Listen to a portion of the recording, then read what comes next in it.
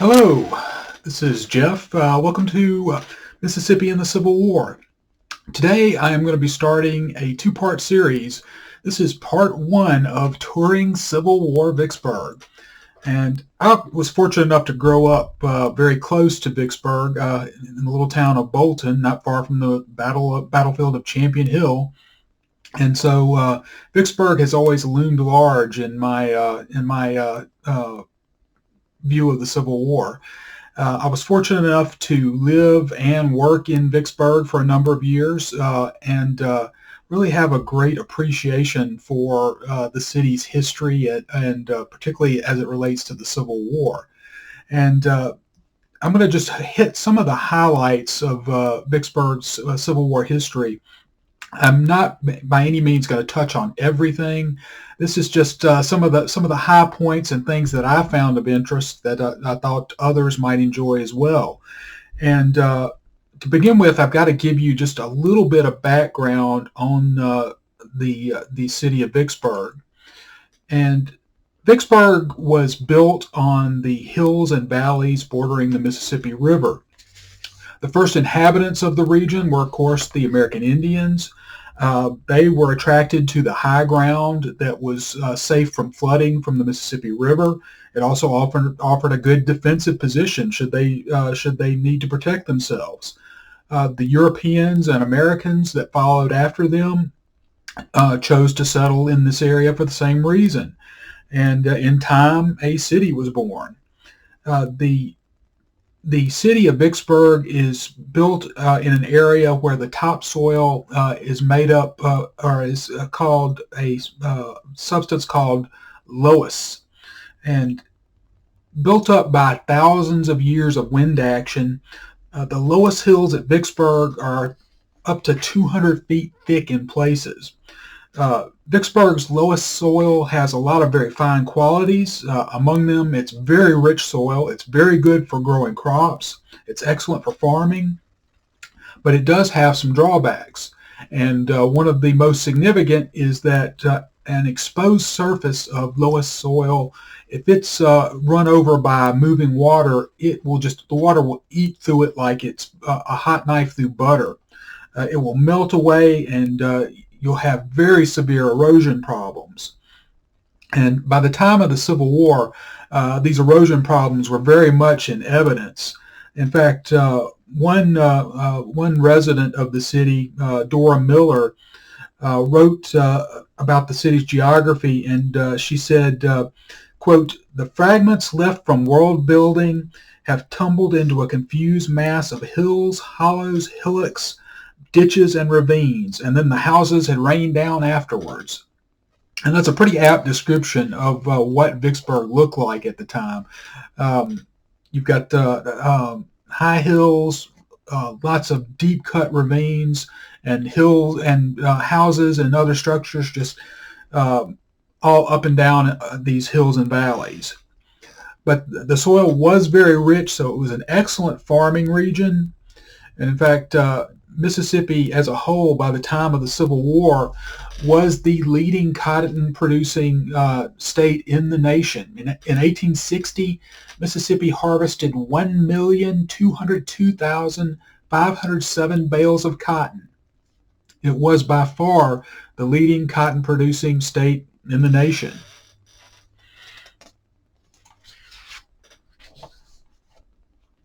And this, by the time of the Civil War, or the years leading up to the Civil War, technological advances had really made it economical for cotton farmers in Mississippi to get their crops to market. By the 1830s, steamboats were making regular stops at Vicksburg, and by this time, the 1830s, a medium-sized steamboat, say about 350 tons, had a cost of about $40,000, which was a huge sum of money in the early to mid 19th century. But a medium-sized vessel could carry about 1,500 bales of cotton. The charge for carrying a bale of cotton from Vicksburg to New Orleans was $1.50 per bale, and many owners could earn enough in 1 year's time to pay off the cost of a vessel.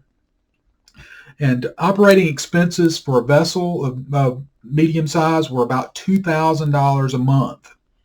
And it was good that they could pay off the debt of building one of these ships so quickly, because the average lifespan of a steamboat on the Mississippi River was less than 5 years. There were a lot of dangers associated with navigating the Mississippi.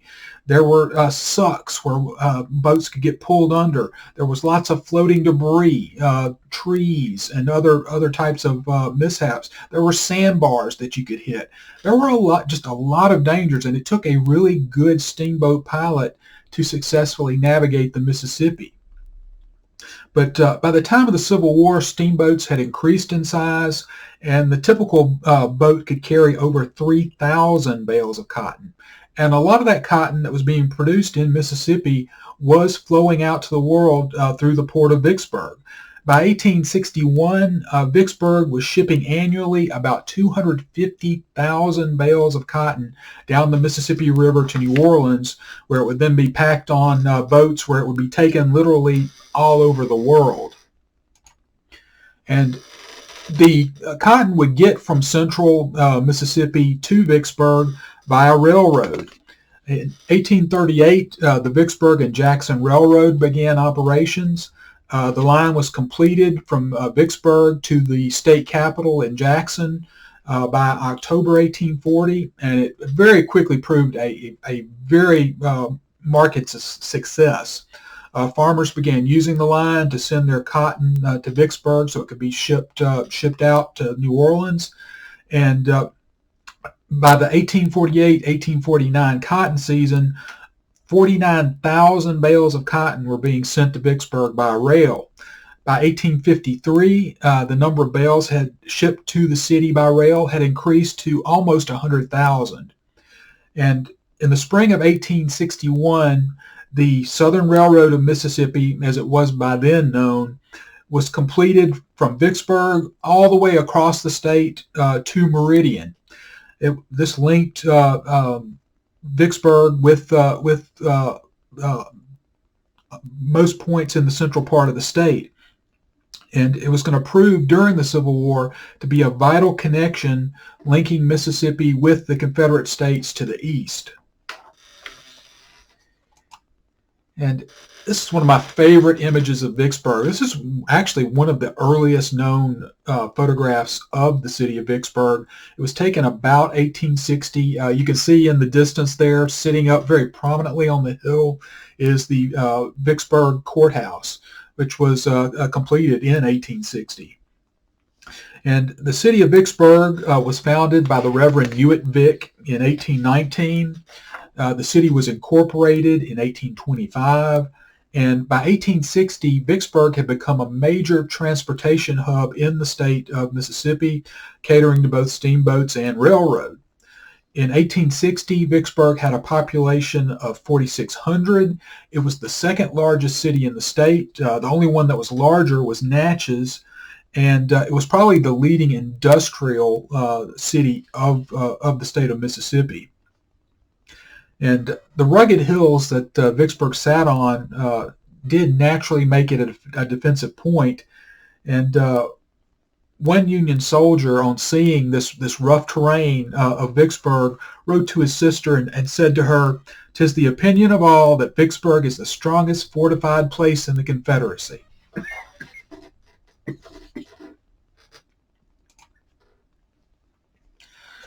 Now, the citizens of Vicksburg are all long since passed away and gone to their reward, but we can still learn a lot about them by examining the homes that they lived in, the stores that they worked in, the public buildings they frequented.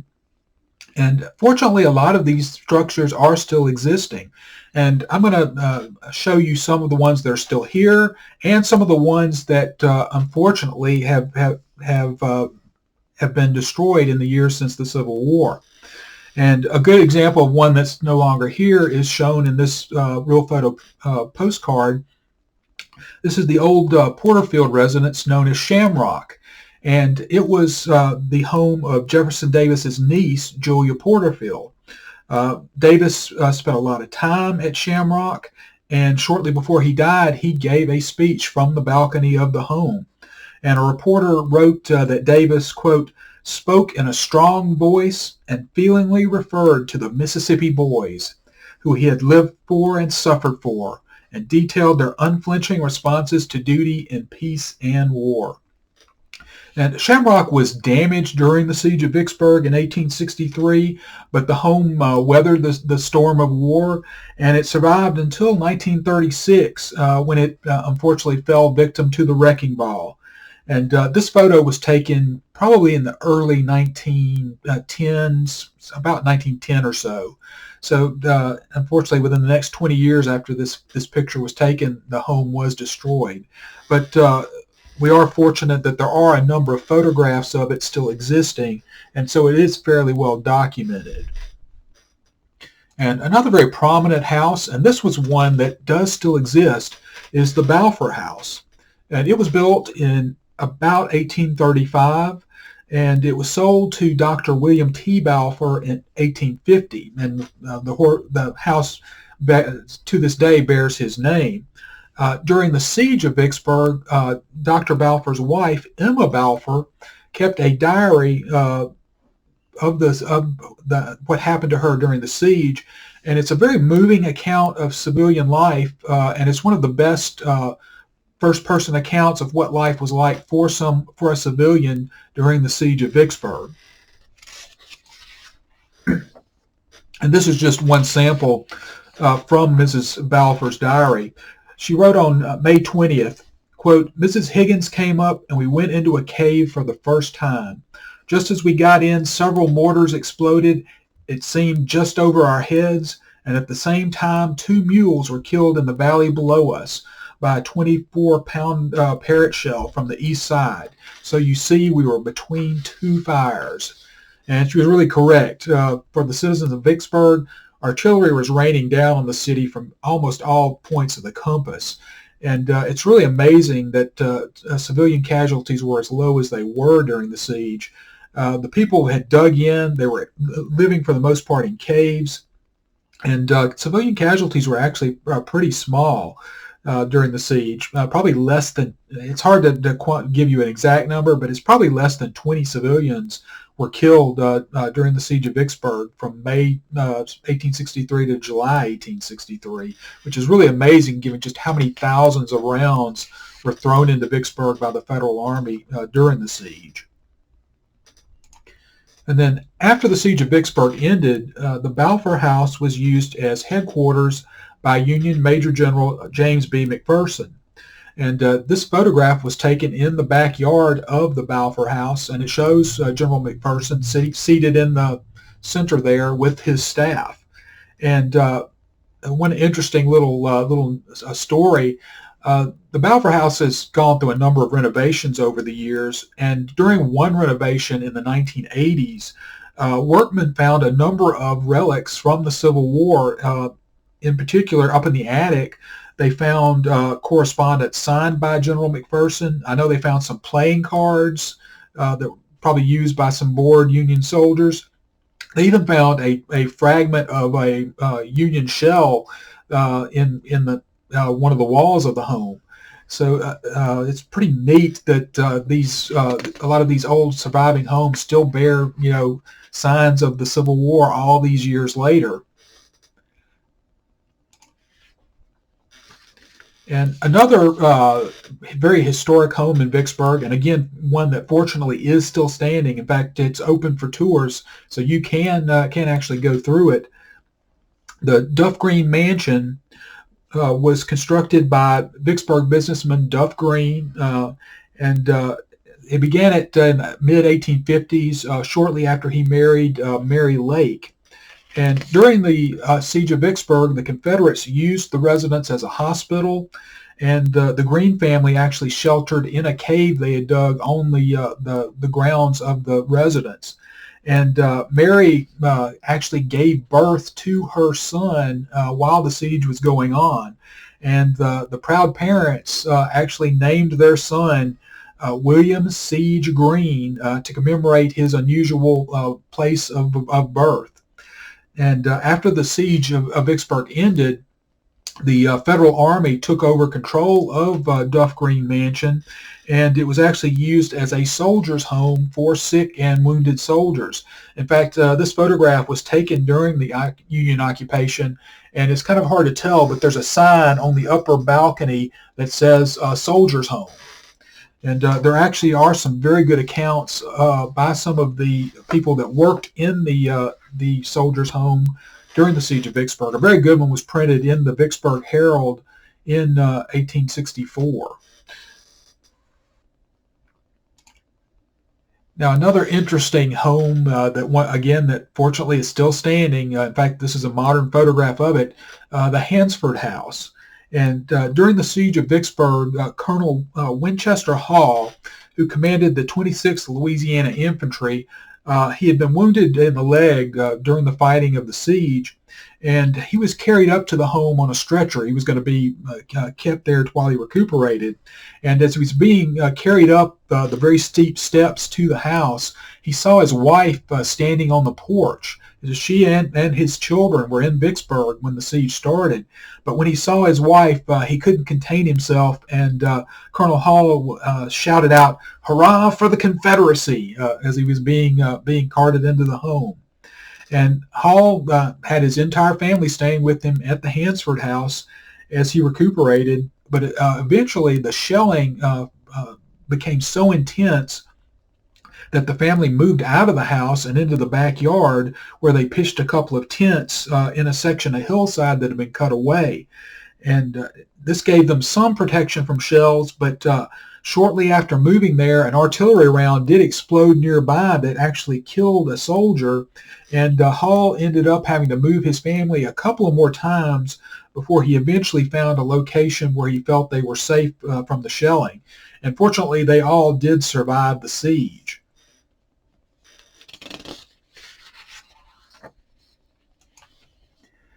And another very interesting home that can still be seen in Vicksburg is Lakemont.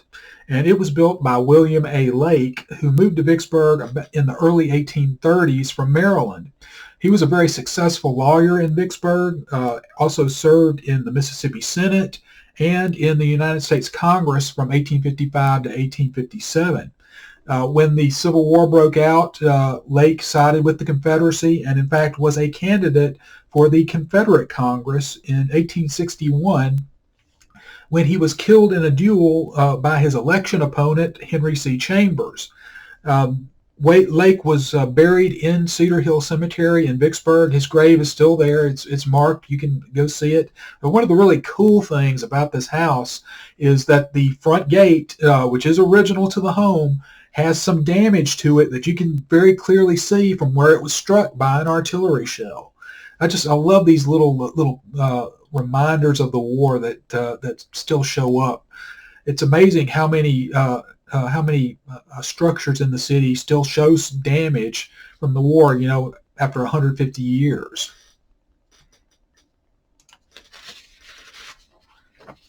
And then probably one of the most popular tour homes in Vicksburg is McRaven. And it was built in stages between the 1830s and the 1850s, purchased by John Bobb in 1844 for the princely sum of $5,000. During the siege of Vicksburg, this home was very close to the front lines where the fighting was taking place, and it was pretty extensively damaged. During the Union occupation of Vicksburg, there is one tragic story associated with this house. Its owner, John Bobb, chased off a group of Union soldiers who were on his property, apparently causing some damage, or at least he thought they were. And this group of soldiers came back a little bit later, grabbed up Bob, basically kidnapped him, carried him off, and executed him. And unfortunately, it was one of the unfortunate things that happens during war, that sometimes civilians do get killed. And this was not the only instance of a civilian in the Vicksburg area being killed by Union soldiers. It wasn't common, but it did happen. And when it happened, the Union authorities were pretty good about tracking down and making sure the perpetrators were punished. And then Another home here in Vicksburg that still survives is the Pemberton Headquarters, and this home was built about 1835.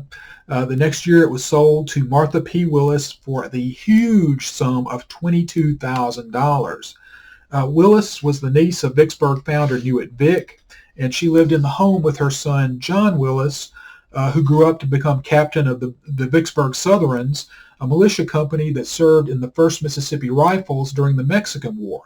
That was the unit that was commanded by Jefferson Davis that fought so bravely at Buena Vista and Monterey.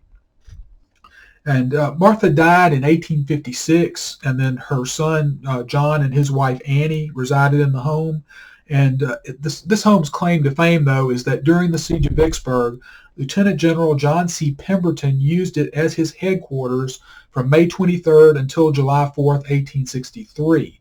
And in her diary, Emma Balfour noted on May 30th that, quote, "The shells fell literally like hail. Mrs. Willis's house was struck twice, and 2 horses in front of her door were killed. General Pemberton and his staff had to quit it." And that was not uncommon for residents to be in their homes for a while during the siege, and then the shelling would get really intense in their area. They'd run to the caves, and then once they got the all clear, they'd go back to their homes for a while, because the living in the caves got pretty old very quickly. They were damp. They were mosquito infested. It was not a comfortable place to live. So a lot of people would stay in their homes as much as they could when they thought it was safe. And then one more surviving home in Vicksburg is Planters Hall. And this was actually not built as a residence. It was built as the Vicksburg branch of the Planters Bank of the state of Mississippi. But the bank failed during a financial panic in the 1840s and was then converted into a private residence in 1854. The house was not occupied, however, until 1861, when it was purchased by William and Indiana McRaven. William was the elected sheriff of Warren County. He was elected in 1859. And the house also had a detached kitchen, which is seen here in the photo, which was also doubled as the slave quarters for the home. I believe the slave quarters were up on the 2nd floor of the structure. And the daughter of the McRaves, Lucy McRaven, actually wrote a very interesting article about her experiences during the Siege of Vicksburg. It was published in 1912, and it was titled "A Girl's Experience in the Siege of Vicksburg." And in the article, she described cave life, how she was nearly killed in a cave when a shell hit caused it to collapse on her. Fortunately, there were a number of people around that saw the cave collapse. They were able to pull her out, get the dirt and mud out of her mouth, and get her breathing again. But she had a very close call. And she was not the only one in the family that had a close call. Her father, who really didn't like the caves very much and stayed in the house as much as he could, actually had his beard parted by a mini ball that came in through a window. So the McRaves had some very close calls, but fortunately they did all survive the siege.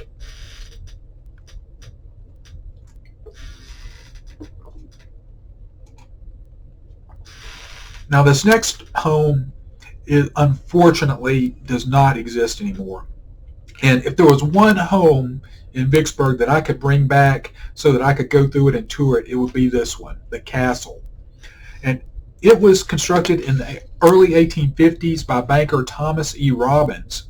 And they actually used hexagonal bricks imported from England to construct the building. And it was constructed in the form of an actual castle. But this home was magnificent. The grounds covered 17 acres. It was bordered by Osage orange trees. The grounds also included terraces, a man-made lake, exotic trees, flowers, shrubbery, walkways, statuary. It was a show place.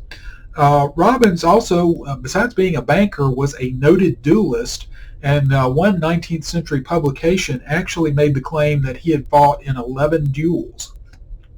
He was married to Caroline Davis, who was the niece of Jefferson Davis, And after Robbins died in 1850, the home was sold to Elbick Mason.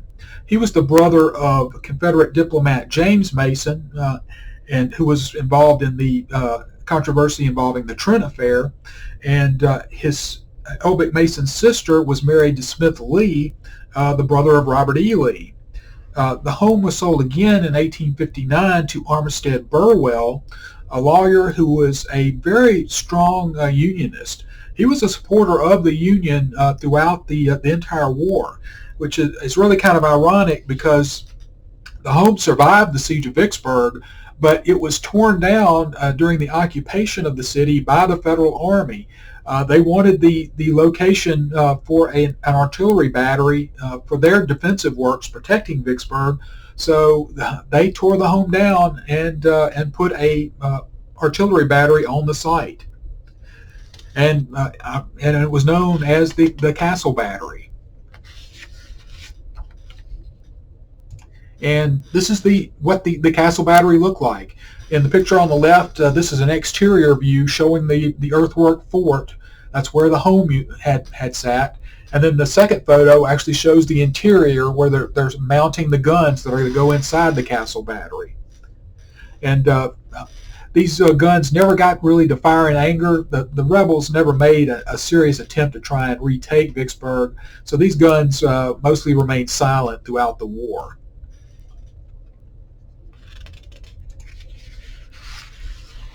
And then this next building, I have to say, is my favorite in Vicksburg, and for very good reason. The Warren County Courthouse was completed in 1860 at a cost of $100,000. It's 30-foot ionic columns support 4 porticos for the building, and the 4 cistern houses, 2 of which you can see in the picture here, supplied the drinking water for the house. Even prior to the building of this courthouse, the grounds were used in 1843 when Jefferson Davis launched his political career on the site. And during the siege of Vicksburg, there were Mississippi state troops quartered in the building. In fact, several of them were killed when a shell actually struck the courthouse. They also moved a few Union prisoners through the building. They never kept any in there for any amount of time, as far as I could tell. But in fact, they kept most of them in the county jail, which was just right across the street. But over the years, a number of important historical figures spoke at the courthouse. Presidents Zachary Taylor, Ulysses S. Grant, William McKinley, Theodore Roosevelt, they all spoke at the courthouse. Also, African-American educator Booker T. Washington gave a talk to a packed house in the courtroom in the early 1900s. And at this point, I'm going to end part 1, and I will continue from this point with part 2 very shortly. If you like this video, I hope you will give it a thumbs up and a like, and please subscribe to my channel if you haven't already. If you have any questions, please feel free to post them. I'll try to answer them as best I can. I hope you're enjoying this tour of Civil War Vicksburg, and I will continue it with part 2, which will be coming very soon. And thank you very much, and have a great day.